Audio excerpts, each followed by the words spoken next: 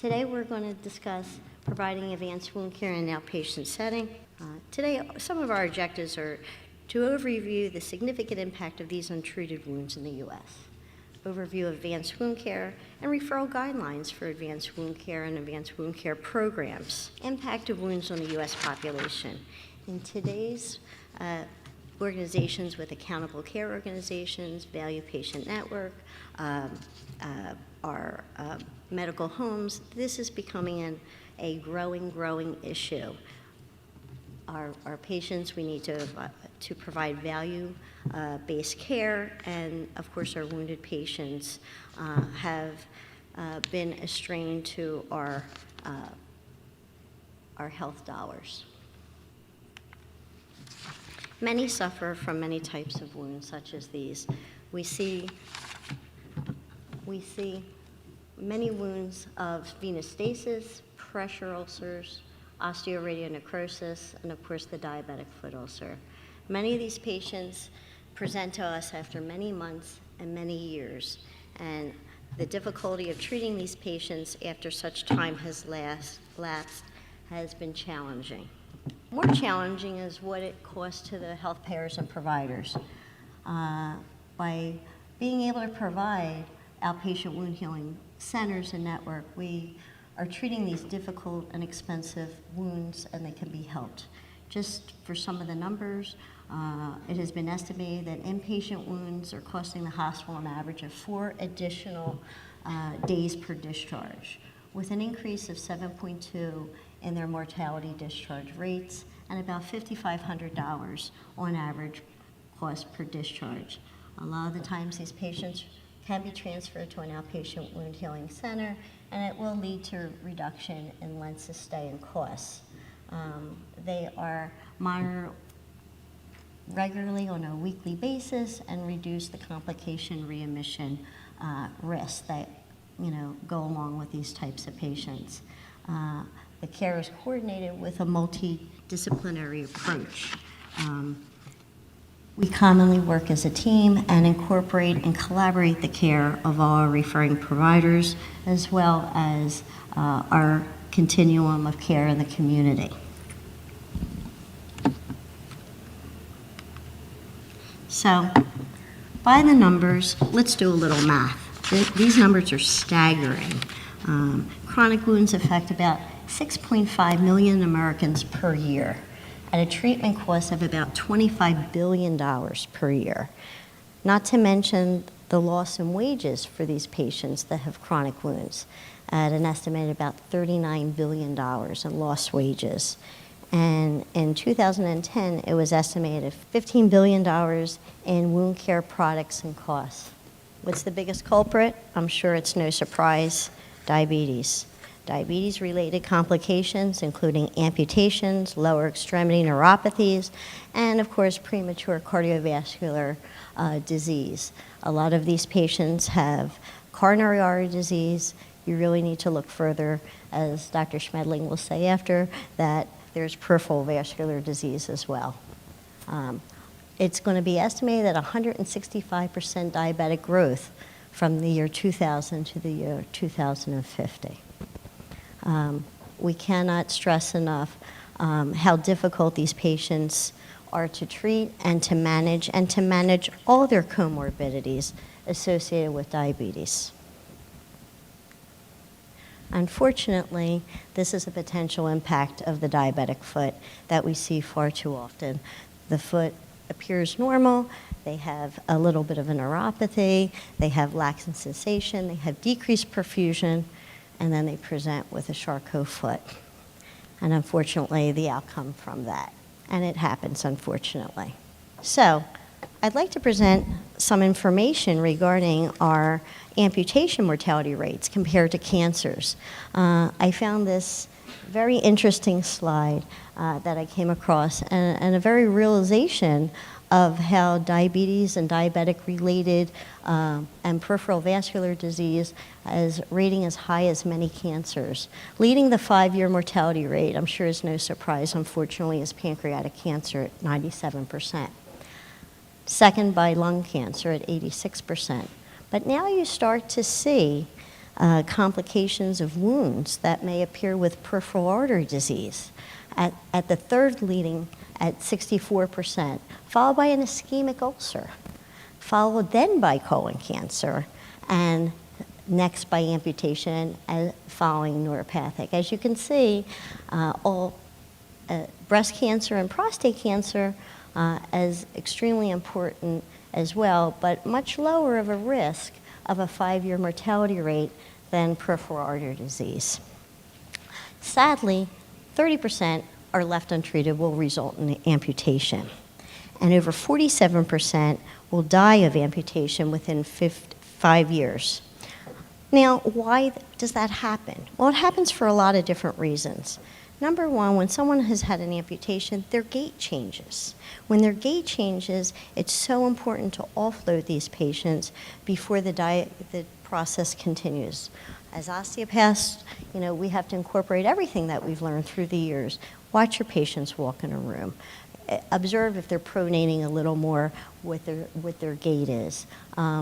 A lot of amputees will have to have special shoes and offloading made for them so that they are now not dependent on their second toe or their fifth metatarsal head, which definitely does not compensate as well as, say, their first metatarsal head.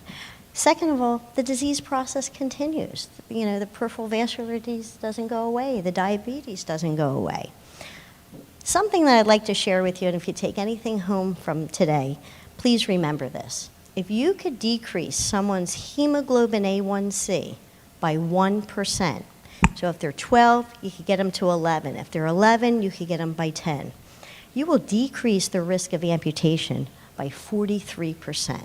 I cannot stress the importance of glycemic control with your diabetic patient. We also know that patients in our studies at the Wound Center, patients that have a consistent blood glucose level of greater than 160 will not heal as fast as patients that have a blood glucose level of under 160. I cannot stress compliance, and we really, really, really, we emphasize it. We're sick of hearing ourselves talk about it, but it's so, so important, and so, so important long-term for these patients. So with that being said, we know what an impact diabetes has. We know what an impact it's costing our healthcare dollars. Let's go over some of the overview of what advanced wound care looks like. And first, let's figure out what the playing field is first. Let's go through some terminology so that we all kind of see what we're dealing with. One thing is a chronic wound. What is a chronic wound? A chronic wound is an insult or injury that has failed to proceed in an orderly or timely repair process, getting back anatomic or functional integrity. We throw these terms around, but they just don't follow through the natural progression. So why does this happen? Well, let's see what's supposed to happen first. And what's supposed to happen in normal wound healing is, there's an injury to an area, you go through migration and mitosis. Of course, simply the cells divide to provide new cells. That's what mitosis is. And that's your inflammatory stage. And then you go to your angiogenesis and the synthesis of ECM or extracellular matrix, and that's your proliferative stage. You're building new blood vessels and trying to repair the damage that has been done. And then, of course, we go to a remodeling stage, and this proteolytic turnover of the ECM or the extracellular matrix. What happens in this normal healing cascade, unfortunately, is not true of our chronic wounds, and really, to be honest with you, they get stuck in the inflammatory stage. So the mechanism of action with the chronic delayed healing is this. You're stuck in the inflammatory stage. It's prolonged inflammation. You get this overstimulation of macrophages and neutrophils. They act like little Pac-Mans. They come up to the wound bed. They eat away all the bad tissue, but unfortunately they're not turned off to eat away the good tissue. You get this activation of cytokines and macrophages, and of course this overproduction of the tissue necrosis factor and interleukins, and basically continues in this catch-22 of an overproduction of the MMPs or the matrix metalloproteinases, and they don't inhibit the tissue inhibitors of the metalloproteinases, and it just keeps degrading the ECM or the extracellular matrix. You just don't get the cellular migration that we need. You get impaired connective tissue deposition, or better known as collagen, and you just get a degradation of the growth factors. Repetitive trauma, repetitive ischemia, just an overproduction of necrotic tissue, this bioburden, and it keeps breaking down tissue that is trying to form. It's a system failure. With that being said, let's go over what advanced wound care is, what advanced care looks like. Well, it's a specialty wound care focused, evidence-based clinical practice guidelines to achieve the best outcome. You know, we use a specialized wound care system that addresses all the patient's conditions and comorbidities that may impact their wound healing, and intervention with a multidisciplinary approach. We treat the whole patient, not just the hole in the patient. And a lot of the types of wounds that we deal with are venous stasis ulcers. Many you may see in your own practices or in SNF or hospital settings. Diabetic ulcers, arterial ulcers, vascular insufficiencies, ORN or osteoradionecrosis, late effects of radiation tissue damage, necrotizing infections, osteomyelitis, including chronic refractory osteomyelitis, any kind of skin irritations, non-healing surgical wounds, and of course the neuropathic ulcers. Most common, as I'm sure that you would imagine, are the venous ulcers. They're usually located in the gaiter area of the leg, mid-calf to ankle and heel. They appear shallow or regular. They're usually very wet. They can be very painful. Usually the origin is venous valve incompetence or venous hypertension. I like to call it agita of the leg or reflux of the leg. It just seems to continuously pool blood. We know that they have the stained leg, they're edematous, they have all of this hemosiderin staining, their tissue is usually thick, they constantly overproduce these WBCs that leave this biofilm. They really are very, very difficult to treat. Some pictures, in all honesty, when you see someone's leg come in look like this, and they look like actually, this picture, let's see if I can work this. It's an inverted champagne bottle or a bowling pin looking leg, and that is really what it's termed. Really, it's lipodermatosclerosis, and it's a lot of inflammation that's subacute tissue. They have an hypertrophy of the proximal muscles and an atrophy of the distal. Very difficult. They're very sloughy. That's typical of a bioburden. As you can see, that bioburden becomes, I say to my residents all the time, a door stopper for the new tissue to come up and to fill in. The skin surrounding it is very thick and really not conducible to migration, as you can obviously see. One of the biggest things that you need to do with these patients is control the edema. And we'll go into that in a little bit. Next, commonly that we see are arterial ulcers, which Dr. Schmedling, I'm sure, will further discuss. These ulcers are very tricky, and I have to say, are very underestimated and very underdiagnosed. They're distal lower extremity ulcers. They have a distinct margin, like a cookie cutter appearance. They're usually centrally necrotic. They're a cool extremity. They have diminished or absent pulses. They have shiny skin. They have no hair on their legs. Something very simple that you could just assess with these patients. Just in some of the stats with PAD, it affects 8 to 12 million people. 1 in every 20 over 50 have PAD. And unrecognized, these people are 4 to 5 times greater chance of risk for heart attack and stroke. And as I said before, they are underdiagnosed. If patients have a central blockage, if they've had cardiac stents, if they've had CABG, you really have to think they may have a distal blockage, and that is so important to have that index of suspicion. These are the patients that, you walk in the room and their legs are hanging over the table, or their legs are hanging over the gurney, or they're over the bed. They'll say they get up in the middle of the night to dangle their legs off the side of the bed. Why? Because they're trying to rush blood to the area. As opposed to your venous stasis ulcers where they're always elevating their legs. I could walk in a room and the residents are with me and I'll say, oh, they have arterial disease. And they say, how do you know? And their legs are hanging over the side of the leg, over the bed. I mean, it's just the only way they get relief. I have to say, get a good history. And I have to say, which we'll go over in a little bit, get an ABI. You could get tricked on pulses every time. They may have a pulse. May not be as strong. You may underestimate. You get it on Doppler and you say, they're okay, they have a pulse. Until you get an ABI or an ankle brachial index and you see they're a critical limb ischemia. Cannot tell you how many patients I've seen that were treated for sciatica and felt that they had sciatica, and we got an ABI on a walking, talking, very minimal wound patient that actually had a critical limb ischemia of 0.36. We fixed the blood flow, we look really good, and we fixed the wound thanks to Dr. Schmedling. Arterial ulcers are very angry looking ulcers. They have this central necrotic area. Why? It's dead tissue. You're not getting blood to an area that needs to be perfused.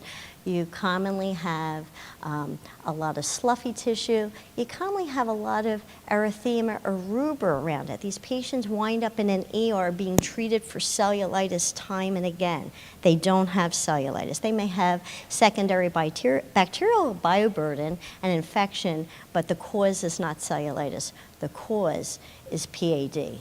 The secondary complications may be infection, and they wind up being treated with antibiotics, and guess what? They don't respond.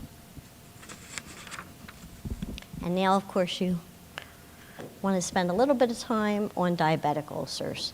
These are the perfect storm. They may have venous disease, they may have arterial disease, complicating these patients. Why? Because we know that diabetes affects microcirculation. Okay. I call diabetes personally a thief in the night. You could be walking around fine, life is good, they step on something, they stub their toe, next thing you know, it's a perfect storm. Unfortunately, we see it all the time. It's typically on a foot, a diabetic ulcer, could be the lower extremity as well, but typically the foot because it's over a bony prominence. They walk, they don't feel it, they wind up with a callus, they decide that they're going to go get a pedicure, they decide that they're going to take the callus off themselves with those stones.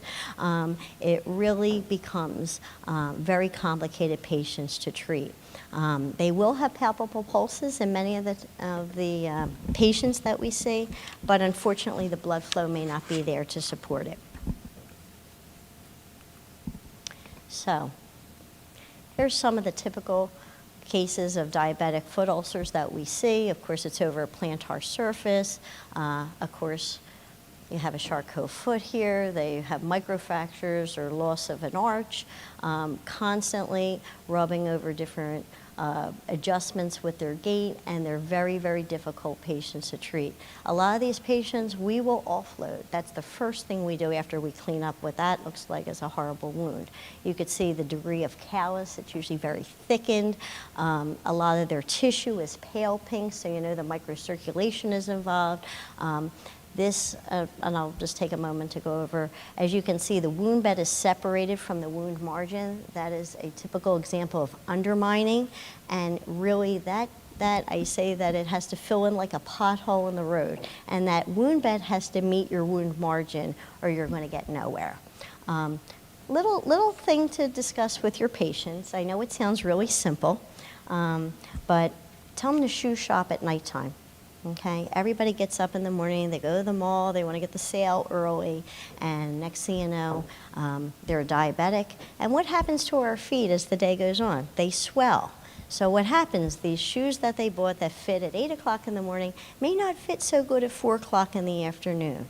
And what seems to happen is they get rubbing and they get irritation, and the shoes are cute and they're high heels, but guess what? They don't have the arch to support the high heel, and they come in with a disaster.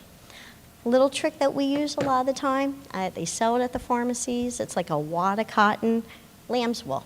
If they feel an area is rubbing on their shoe, get lamb's wool. It has a fibrous memory, and it will avoid some localized temporary irritation if they're out somewhere and something is rubbing, and they're able to inspect their feet daily. That I cannot drive that message home enough. The other thing is we tell our patients to moisturize. We use certain ones that are our favorite, but not between their toes. Between their toes is a highly macerated area, and if they don't dry it well, they are the worst kind of wounds are in these webs of the toes. Unfortunately, they become a vicious cycle. And of course, we have our pressure ulcers. You know, we all have seen them. They really are, once again, very difficult to treat and a difficult patient population to treat. They're over bony prominences. They could be heels. They could be sacrum. A lot of our hospice patients may develop it. Of course, it's, you know, you need the low-pressure air loss mattresses. You need special cushions. They have to be rotated regularly. These wounds wind up, you know, being from scooting off a wheelchair or off a chair. They sit many times. They're incontinent, so there's always a moisture concern with these patients and these wounds, and of course coupled with so many comorbidities, and malnourished. And we'll discuss that in a little bit, but I have to tell you, don't be fooled with someone looking healthy and presenting healthy without knowing what their pre-albumin and albumin are. You can't heal a wound if they don't have protein. You just can't. I mean, you need this as our matrix, as we had said. Nutrition plays a big part, and we really discuss that during the length of our visits and reinforce it with every visit. Some examples of pressure ulcers. We've seen them all. Don't be fooled on how you name a pressure ulcer. They are always named, one take-home message, by the depth of the injury, okay? You know, it doesn't matter how long they are, it doesn't matter how wide they are, but it does matter how deep they are. And that is your staging system, a Braden scale, but that is the staging system for pressure ulcers unless they're unstageable, and we'll go over that. And of course, we have our typical or atypical wounds and the typical spider bites that everyone comes in for. Of course, unfortunately, there's malignancies that we see, autoimmune disorders, and post-radiation treatment wounds that develop. In my experience, at our center, everyone comes in with a spider bite. And I live in the woods, and I don't see that many spider bites, luckily. In my experience, it's MRSA until proven otherwise. Unless they smacked that spider and it was dead and it was laying next to them and they could say, here's the spider that bit me, think MRSA. Because you culture these wounds, they come back MRSA. They look like they're angry. They really are, you know, if they've had history of abscesses or boils or carbuncles or whatever they want to call it, really, that's a high index of suspicion for MRSA. And really, when I see a wound like that, I will treat with an antibiotic that I know covers MRSA despite what the culture is, or I'm waiting for the culture. We all have our personal favorites. I tend to think, in my own opinion, doxycycline is underutilized, and I'm a very big believer of doxycycline for those type of patients. Because that way, when I get the culture back and it has MRSA, I know there's no resistance. And I didn't lose a week. Some of our atypical wounds, this patient had lupus, vasculitis, and of course, some of our radiation and cancer malignant wounds. This slide is really important for a multitude of reasons, and I'd like to spend a little bit of time on this. Here's our chronic wound, and this is really the the process or the cascade and all the comorbidities that we're dealing with these chronic wounds. First of all, they have systemic illness. They're not healthy people, or they wouldn't have chronic wounds. They could be coupled with osteomyelitis, acute or chronic refractory. Like I said, nutrition plays a huge part in these patients' care. Get pre-albumins, get albumins. That's our first visit. Control the wound environment. They're edematous patients a lot of the time. I tell the residents it's like a pant seam pulling apart. That wound will never come together unless you can control the edema. Obviously, compliance, we tell our patients they cannot walk barefoot. They must always have a foot covering. We ask them to use cast covers in the shower. They cannot get wet. We know what our homes look like, but we don't know what their homes look like. I can't tell you enough how many foreign bodies I have taken out of patients' feet because they did not feel what they were walking on. Their perfusion is huge. It's huge. A lot of these wounds are ischemic, and a lot of these wounds are hypoxic. Chronic wounds get an oxygen dump, and what winds up happening is they really don't have enough tissue perfusion. Look how your patient walks, as I said. Make sure that offloading is key. We use a lot of different boots and shoes and casts to try to facilitate that. But with that being said, make sure they could walk in the cast or the shoe or the boot. If they're a fall risk, this could be a problem as well. A lot of the times you'll see those Darko shoes, they're offloading shoes, so the back has the big heel and the front has this no platform. If they're tap dancing down your hall and you hear them walk down your hall, they're not walking well in the shoe. That's not a shoe for them, because now you're just causing more friction and shearing on that type of shoe. Sometimes I'll put them in an offloading surgical boot, because at least I immobilize the ankle and they're not moving or shearing in that. Get ABIs. We talk a lot about compression, and I cannot stress enough, you cannot put a compression wrap on someone with critical limb ischemia. You're putting a tourniquet on their leg, and unfortunately you're not going to like the outcome when you take it off.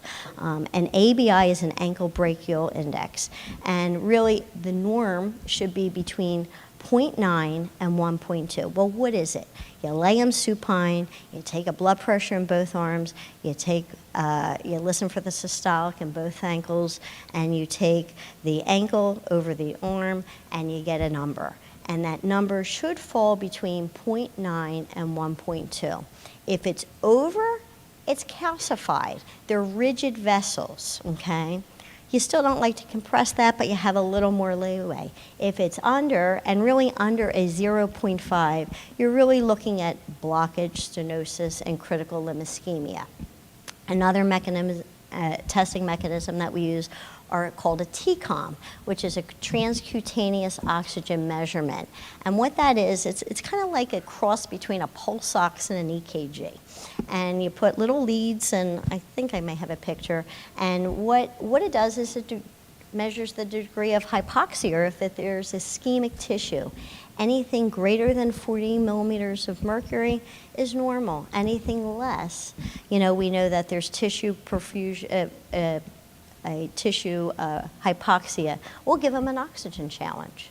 And if they respond with the oxygen, then we know that this tissue can be revitalized. We evaluate every patient coming into the center as you would in your own practice with lab work and past studies, bone scans, MRIs, ultrasounds, what have you. On our patients with our inverted champagne bottle deformity, I'm not going to compress that patient without getting a venous Doppler, because I'm not going to press someone that has a blood clot in their leg. So what are some of the advanced therapies? A couple I want to touch on that you may not have experience, and then some we're going to touch on that you may be able to do in your own office. First, I want to spend a little bit about hyperbaric oxygen. I don't know how many of you are familiar with hyperbaric oxygen treatment. It's been in the wound healing world for about 40 years. It is evidence-based practice to speed the healing recovery in certain types of wounds. HBO therapy heals the wound from the inside out. You super-oxygenate the tissue. It really decreases swelling. It helps fight infection, and it regenerates new blood vessels. It goes through a process that complements angiogenesis, and effectively you get healthier tissue. What are some of the indications that we use? We do it on a non-emergent basis, so we do not do the bends. We do not do acute carbon monoxide poisoning. We're an outpatient center, but we only do Medicare-approved indications or non-emergent indications. Believe it or not, it's only about 10 or 15% of the patients in our practice. But what are those patients? Well, they're patients with acute peripheral artery disease. If they're stents, they have non-healing wounds, we've seen great benefit. Acute peripheral ischemia, chronic refractory osteomyelitis, and of course, crush injuries. We also will do the diabetic wound of the lower extremity or non-healing. They have to be non-healing though, and by definition, it has to be greater than 30 days without any kind of progression in terms of healing. ORN or osteoradionecrosis, of course, failed grafts. Necrotizing fasciitis, yes, we do see many situations of necrotizing fasciitis and Fournier's gangrene. And have done extremely well without grafting with hyperbaric oxygen, and soft tissue radionecrosis. Important take-home point is this: 94% of diabetic foot ulcers that were treated aggressively, that were indicated but treated aggressively with HBO therapy, have an intact limb 55 months post-treatments. So after 5 years, they have had still an intact limb. And why is that important? Because we know that your risk of amputation is greater after the first amputation, and we had said on a previous slide that slightly less than 50% of these people are going to die in 5 years if they've had an amputation. So, what are some of the causes of hypoxia in these wounds? Well, as I said, arterial insufficiency, impaired circulation, of course, microcirculation with diabetics, and we touched on, and I'm sure Dr. Schmedling will as well, the vascular studies, the TCOMs, the ABIs. You know, big factor is smoking. Get them to quit smoking. It's just horrific. I cannot believe how many people, you know, are still smoking, and especially as sickly as the patients that we see. I told you they get an oxygen dump with the infection, the bacteria. Edema, as I said, is a big factor with some of these wounds. Compression is required. However, the compression has to meet the patient's needs. And if they have CHF, they have a cardiomyopathy, make sure that they can be compressible. Not everyone could be compressible. And radiation damage. It damages the blood vessels. And, you know, of course, we know that radiation could cause a burning we see. You have to think out of the box with some of the cases that we see with HBO as well. Commonly, we'll treat men that have had radiation prostatitis. They've had radiation cystitis. And some of the older radiation that was delivered to patients with breast cancer many, many years ago were not very point specific as compared to now in technology. Had a patient that was treated for IC and unfortunately went through so much time and effort being treated for interstitial cystitis with no response. The patient had had a history of breast cancer 20 years prior. Called up the Uro-Gyn and I said, you know what? This is my family practice patient. And I said, have you ever thought, is there any radiation damage in that bladder? When is she due for another cystoscopy? Could it be because what you're prescribing is not working? Unfortunately, the individual bought a house and she couldn't, you know, at a vacation site, and she couldn't even make it to get to that new house because she had to make so many pit stops along the way, not to mention the pain and bleeding. They went back in and said, you know what, there are some changes. There's fibrotic tissue that, you know, definitely is a possibility. Put her in hyperbaric, she healed. She had no symptoms after that. We see it all the time with radiation cystitis. You know, a lot of these patients have had colon cancer. They had radiation to their bowel or radiation to other areas. And all of a sudden they're 70 and show up with irritable bowel syndrome. You know, you really got to think, is it really irritable bowel syndrome, especially if that's the first presentation with a history of radiation. So let me show you what it actually looks like. It's much bigger than this because I wouldn't even fit in this, okay? It is open. That's a hyperbaric chamber. That's what's called a monoplace hyperbaric chamber. In some of the big tertiary centers, they have multiplace, and that looks like a big submarine that people could actually walk around in. You're administered oxygen at 100%, greater than 1 ATA, or it's atmospheric pressure. Their whole body is in this chamber. It is approved by Medicare for only those indicated indications, as I had said prior. Now, in the chamber, we screen these patients that are eligible, that we feel that would be a great therapeutic response, the same you would for anyone having PATs. They have lab work. They have to have a chest x-ray, and they have to have an EKG. What are some of the things we worry about? Their ears. Okay, some patients will need to have PE tubes if they cannot, you know, tolerate the pressure. It's like flying and diving medicine. So if they're very comfortable flying and very comfortable scuba diving, then usually they won't have a problem. They have to clear their ears in the chamber, and they have to do so carefully. They cannot wear anything but cotton scrubs. Okay, no deodorant. No hairspray, kind of like a mammography. No deodorant, no hairspray, no perfume products, no watches, no jewelry. If they have pacemakers, they have to be cleared. If they have any other devices, of course, we have to know, and they have to be cleared. Of course, prosthetics with hips and metal, that way it is covered, so that's fine, no jewelry.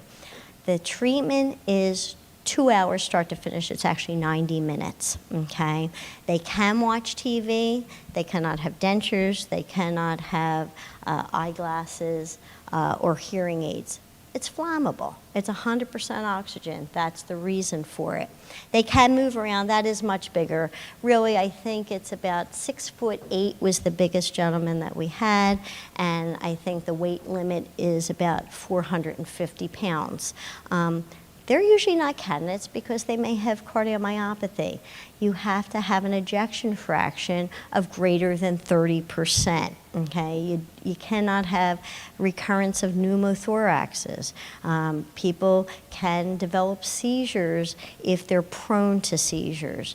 Another thing that we do monitor constantly is our diabetic patients will usually drop their sugar. So in this case, you know, their sugar is a little higher going in for that allowance if there's any hypoglycemia that may be caused. But with that being said, what are the effects? Well, the benefits are this. You restore microcirculation, you decrease local edema. We know that when patients, you know, come in the hospital with CHF, you shove oxygen on them. Why? Well, it helps them diurese. We forget oxygen is a drug. It increases cellular metabolism, and you're, you know, improving the oxygenation to this local tissue and part the effectiveness of getting antibiotics to those areas as well. Okay. Actually, this was my patient. Let me ask you a question. What do you think was the cause of this ulcer on their foot? This was a very young, younger than me, so we'll say young, individual. That was a work boot. That was a work boot, a diabetic work boot. Rubbed. Said it that occurred about 2 weeks ago. For lack of being rude, I had my doubts when it was a 2-week-old injury, but I'll give them the benefit of the doubt. I have to tell you, it had an odor, obviously a huge slough and eschar and bioburden. Believe it or not, this patient did not have peripheral artery disease. They had a neuropathy. How we treated this patient was weekly debridements. It took a while to get to good tissue. This patient did undergo hyperbaric oxygen. I was able to use an artificial skin graft, which absolutely helped preserve a wound bed once it was ready and able to support that. And this patient healed within our healing metrics of 12 weeks without any further amputation and no surgical intervention. It's very, very, HBO really works wonders. So once again, the diabetic lower extremity ulcer, PAD or acute peripheral insufficiency, compromised grafts, chronic refractory osteomyelitis. Not acute is not indicated for HBO therapy. It has to be chronic refractory. They have to be treated aggressively, they have to be treated with IV antibiotics, and they have to fail treatment after reassessment in 90 days for Medicare guidelines to qualify for HBO. Unfortunately, Medicare would rather have them have surgery and an amputation than to just do this and to avoid and to be back in the workforce within. Go figure. You know, I no comment. ORN, soft tissue radionecrosis, ischemic peripheral ischemia, of course the crush injuries. One thing I really want to mention that I don't know if anyone is familiar with something, but please remember this, and please have your dental colleagues remember this. There's something that was named by Dr. Marks called the Marks Protocol. Is anyone familiar with the Marks Protocol?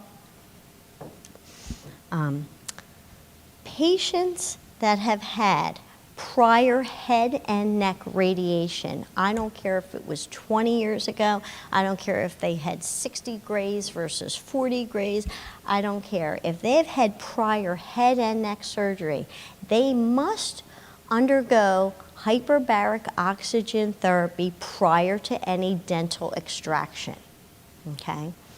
They will get 20 treatments prior, 10 treatments after, unless their patient has had extensive work or extensive radiation, and sometimes they will even get 30 treatments prior and 10 or 20 treatments after.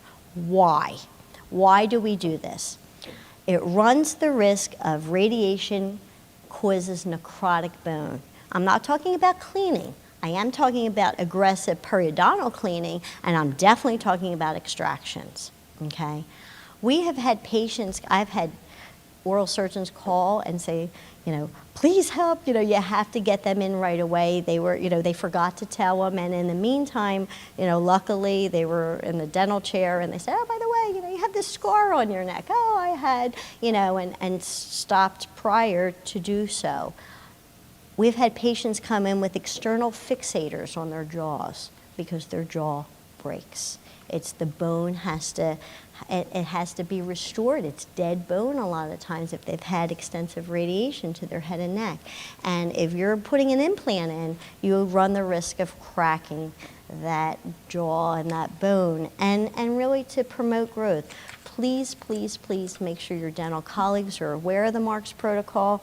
Unfortunately, the legal world is aware of the Marks Protocol and really has to be implemented in these patients that have had head and neck radiation. Not head and neck chemo, not head and neck surgery, but head and neck radiation prior to any aggressive dental procedure.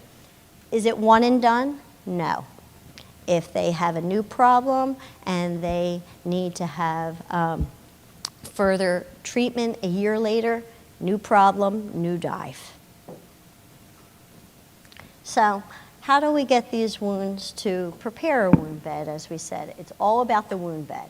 You need to debride these wounds. Why?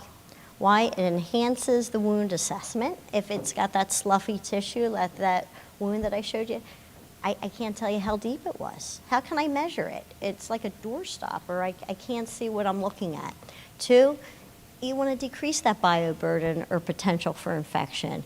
What's necrotic tissue do? Well, it decreases the formulation of this new tissue coming up. And how do we do this? Well, there's mechanical, there's autolytic, there's enzymatic, and of course there's surgical. I say it's all about the wound bed. I tell the residents all the time, you could put gold on a wound. It's not going to do anything unless the wound bed is prepared for that product or what you're trying to accomplish.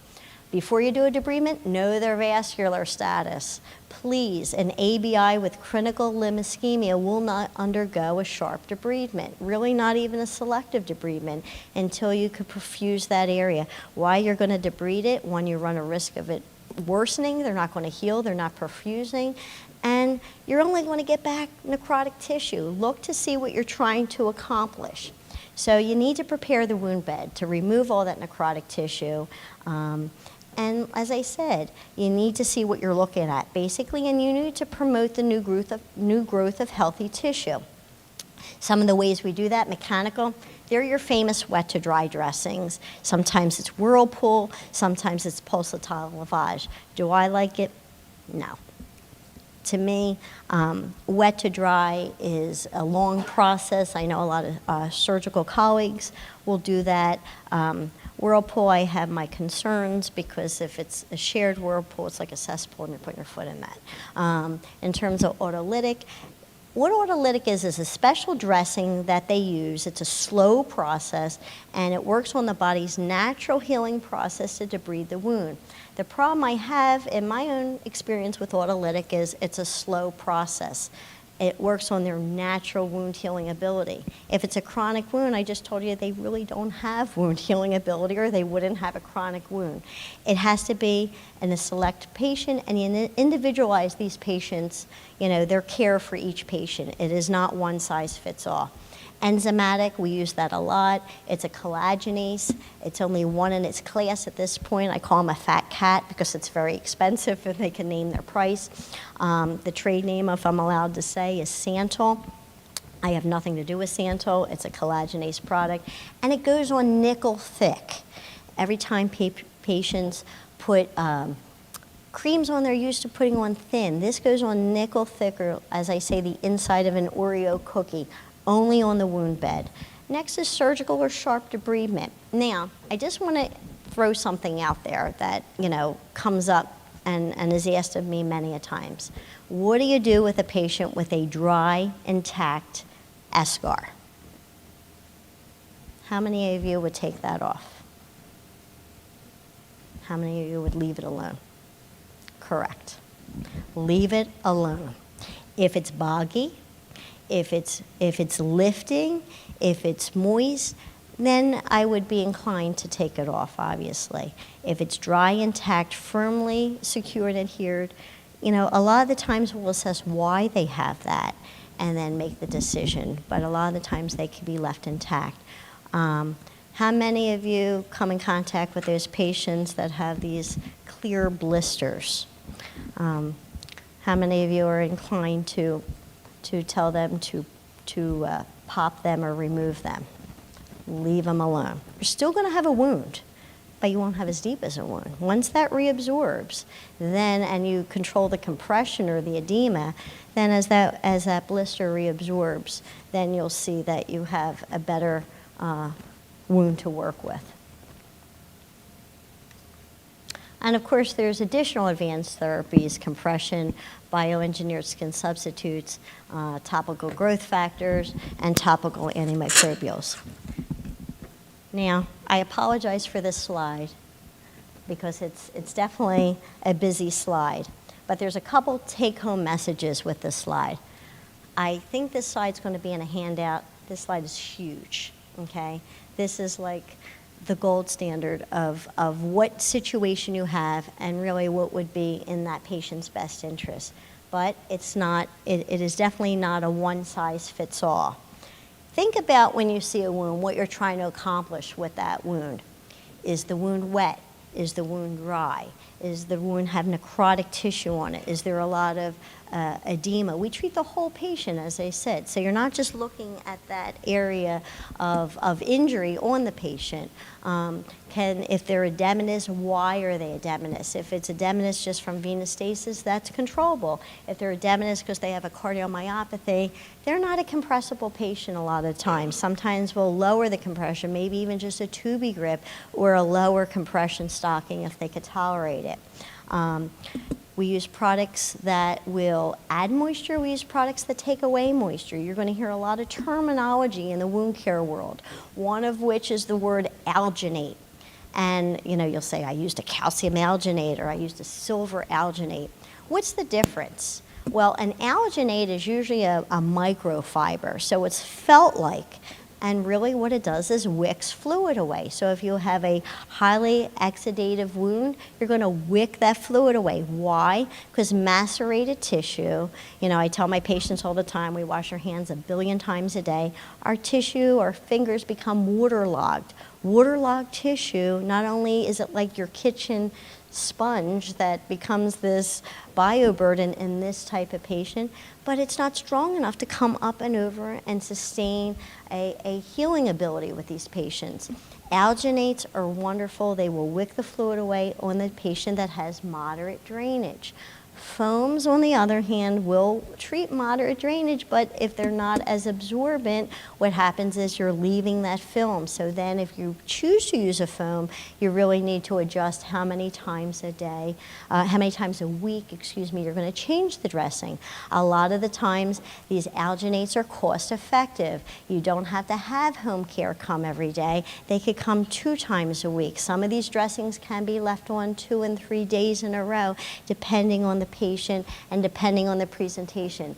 I love wound vacs. I cannot tell you how great wound vacs are for those patients that they apply. They use a negative pressure, and really what they do is they granulate in through a negative pressure a deep wound. They have to have requirements. They have to be at least 1 centimeter deep for these wounds to qualify for a wound vac. Insurance, of course, reasons.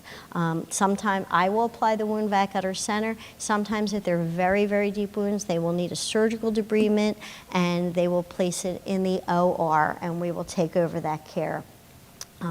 Like I said, we have a lot of offloading shoes and a lot of options. If the wound is on their right foot, you can't cast them if they're driving. They can't drive with a cast on. They really should not be driving with an offloading shoe. These patients, you really need to see to treat the whole patient. If they're their only source of getting to the wound center, you can't cast them if it's their right foot. You really have to think about, once again, compression and see what patients will qualify for compression and of course, how much drainage they're getting, because you can't leave a compression wrap on for an extended period of time or they're going to just get soaked. Couple things. Have you noticed hydrogen peroxide isn't anywhere on the slide? Okay, hydrogen peroxide, unfortunately, is what a lot of patients come in and self-treat. It definitely bears little place in the wound care setting. It burns tissue, it increases free radicals, and I have to tell you, we see a lot of destruction with hydrogen peroxide.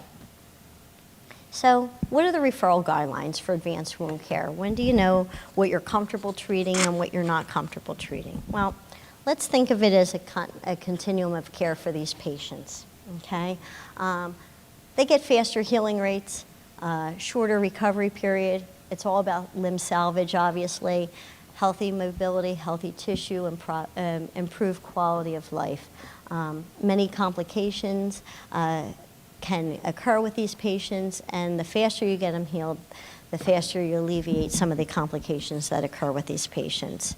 And what could we do as healthcare providers to help these patients? Well, really, you have to recognize who is at risk, okay? As I say, we could not heal all patients, but we could surely help all patients. And identify these patients with chronic wound, get a quick assessment, preventive measures. As I said, nutritional support. We use a lot of well, tell them to go buy a protein shake at a health food store, or there's some of the protein puddings that are out there now.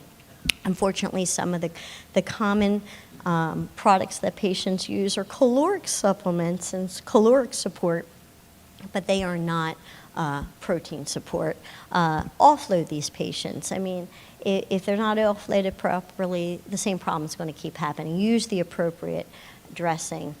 They're challenging patients. Our wounded patients are very challenging patients, and unfortunately, they are very expensive treatment patients to treat. Couple guidelines that we like to use. Number one, full thickness wounds. If you don't see any improvement in 2 weeks and they're not healed in 4, you're not going to get anywhere very fast. Full thickness ulcers, if you're looking at tendon, you're looking at bone, you know that could get infected. That's time to obviously think that it is a little more involved.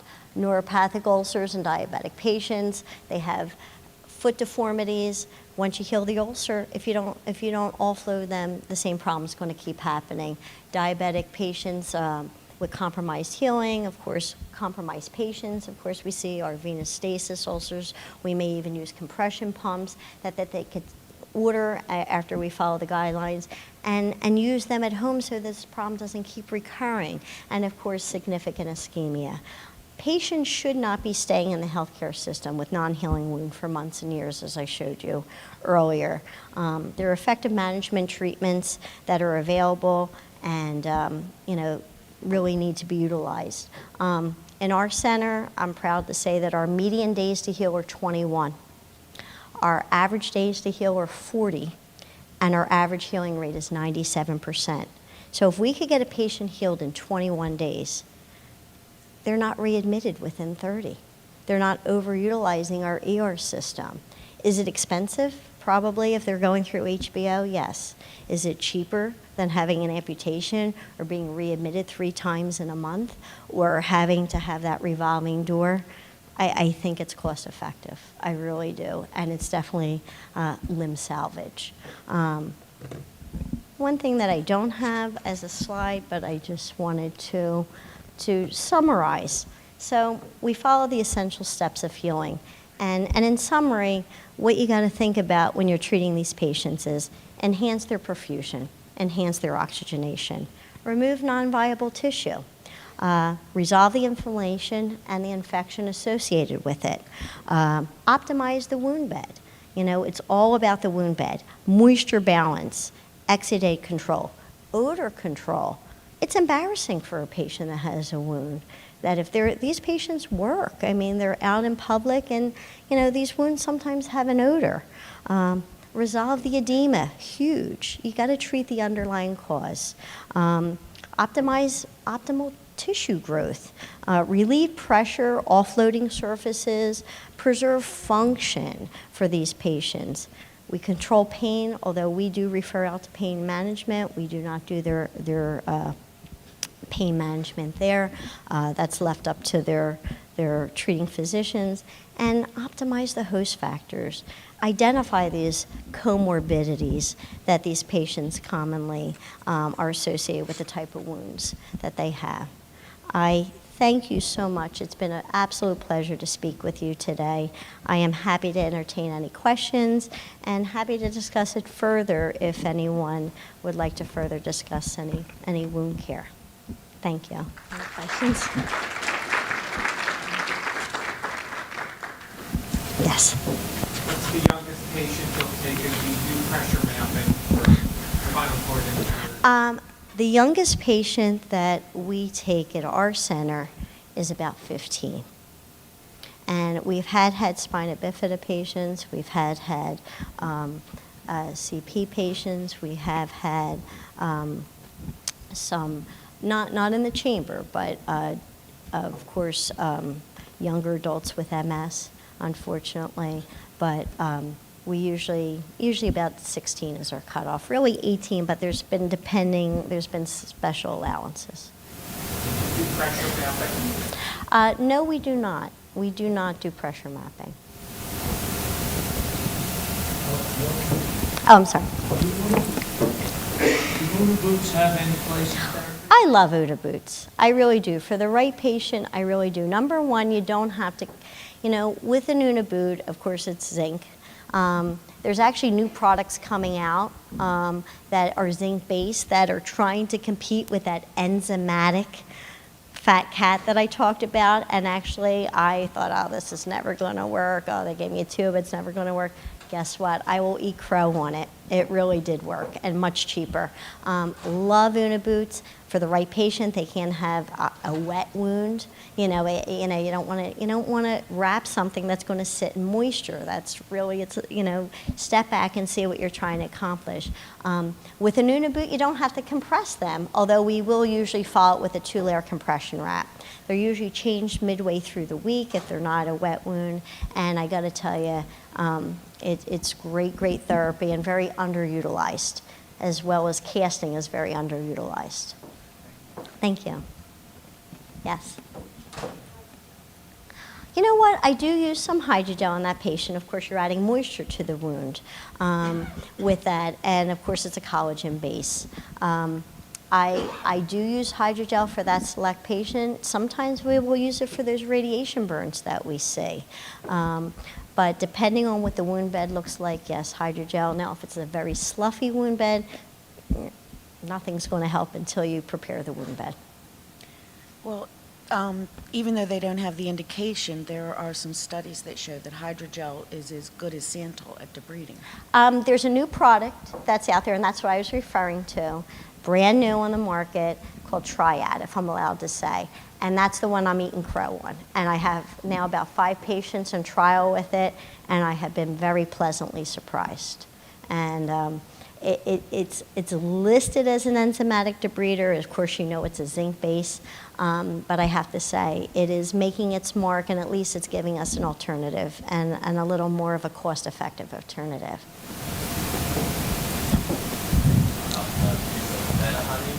You know what? Funny you should say that. Meta Honey comes back in fashion, out of fashion, back in fashion. It's like some of the shoes in my closet. I have to say, Meta Honey has its place. I'm not a Meta Honey wafer fan, okay? Because it cakes on, and then 2 of my first visits is getting the Meta Honey wafer out of the wound bed. Number one, they can't be allergic to bees. I mean, you have to ask that question. If that's a very, very common sense, but yet underlooked issue. It has its place. It really has to be a pretty superficial wound to utilize Meta Honey. It can be used up to every other day, so you're not taxing, someone coming out if they're not able to do their own dressings. It still has its place. It's usually not first line for us, but I can't say never. Yes. Another question about, thank you. Another question about wound care comes to the nutritional status of the patient. Absolutely. What about utilizing the ensures Well, and the supplements to bring up the protein level, the protein calorie level in these patients that are chronically ill? Absolutely, and we will. I will tell you, I don't know, I don't push a brand over another, but there's a diabetic supplement out there called Juven. And Juven has a lot of glutamine and arginine in it, and we will ask them to make sure their vitamin status is up to par in terms of these are very good topics that we bring up with our patients repetitively while I'm debriding them, because one, I'm taking their mind off of it. 2, try to give them a take-home message every week that they come in. And really, I say that nutrition is very underutilized in the physician world, and we really need to concentrate more on that, and we really do address those bullets and monitor their pre-albumin and albumin throughout their visits at the wound center.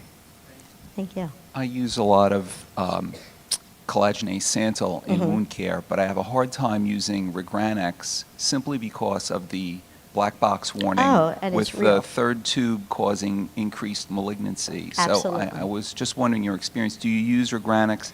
Do you tell patients that it could increase malignancy? Do you only use 2 tubes and then not the 3rd one? What do you use with My that? partners have used Regranex. I'm a little weirded out by the black box, to be honest with you. I'm trying to prevent patients with chronic wounds. And I have to say, in the wound world, when you're unsure, biopsy. And I have to say, biopsy is underutilized a lot of times.